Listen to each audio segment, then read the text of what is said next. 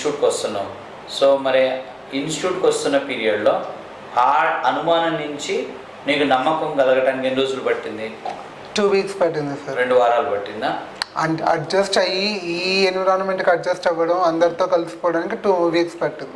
వాళ్ళు మీ hostel mates చేసిన నెగిటివ్ ఆ కామెంట్స్ నుంచి బయటపడ్డావా? 2 so when I'm doing the coding very well, they have told me that you are doing well, you are perfect in this.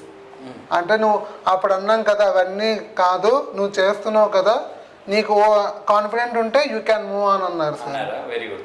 అంటే వాళ్ళ అనుమానం ఏంటంటే, నేను అనుకోవటం వాళ్ళని కూడా తప్పట్టేది లేదు, వాళ్ళు చూసిన వాతావరణాలను బట్టి జనరల్గా ఏంటంటే సైన్స్ బ్యాక్గ్రౌండ్ నుంచి వచ్చిన వాళ్ళు కోడింగ్ వైపు బీటెక్ స్టూడెంట్సే కోడింగ్ నేర్చుకోలేరు కదా, వీళ్ళు ఈ బైపీసీ ఏజీబీసీ చదివిన వాళ్ళు ఎలా నేర్చుకుంటారు అనేది వాళ్ళు చూసిన ట్రైనింగ్స్, వాళ్ళు చూసిన ఎక్స్పీరియన్సెస్లో వాళ్ళు కామెంట్ చేయొచ్చు.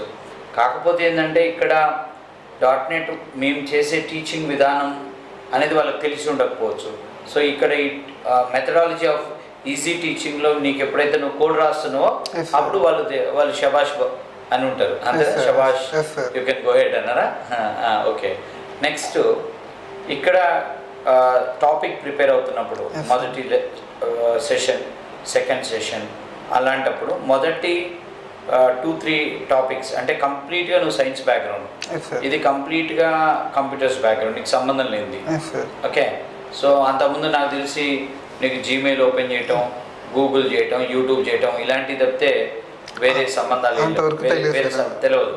సో అప్పుడు ఆ మొదటి సెషన్స్లో నీకు ఎన్ని రోజులు పట్టింది, అంటే ఎలా అనిపించింది? ఫస్ట్ సెషన్ విన్నావు, .NET ఇంట్రడక్షన్ అని ఉంటుంది, ఒక 1 hour సెషన్ విన్నావు, అప్పుడు ఏమనిపించింది మొదటిసారి?